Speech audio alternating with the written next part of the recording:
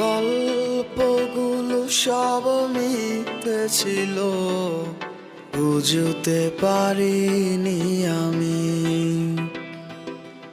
মিথ্যে স্বপন দেখিয়ে কোথায় হারালে ওরে চলো না মুই। বুকে জড়িয়ে কেঁদে বলেছিলে আমায় ছেড়ে যেও না। কোথায় গেল তোমার মিথ্যে কান্না, এখন কি